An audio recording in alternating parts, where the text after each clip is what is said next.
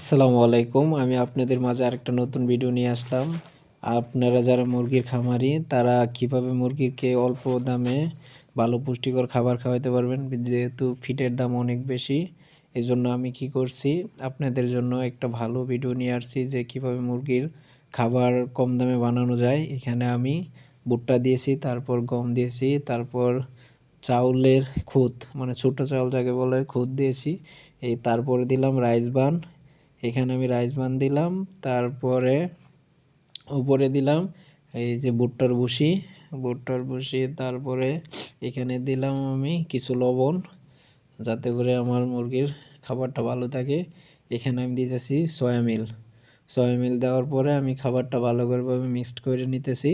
আপনাদেরকে জানাবো আমি টোটাল যে আমার খাবারটা বানাইতে কয় টাকা খরচ পড়ছে। এখানে আমি টোটাল 20 কেজি খাবার আনছি, 900 টাকা আমার পড়ছে।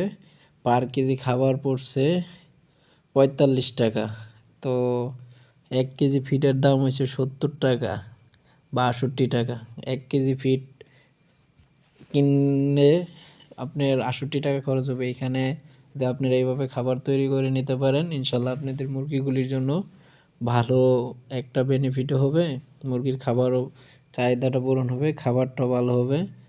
এভাবে খাবার তৈরি করে নেবেন ইনশাল্লাহ। এখানে যদি আর কিছু খাবারের কস্টিংটা কমাইতে চান তাহলে কিছু ধানের কুড়া দিতে পারেন, এতে করে আর একটু উপকার হবে।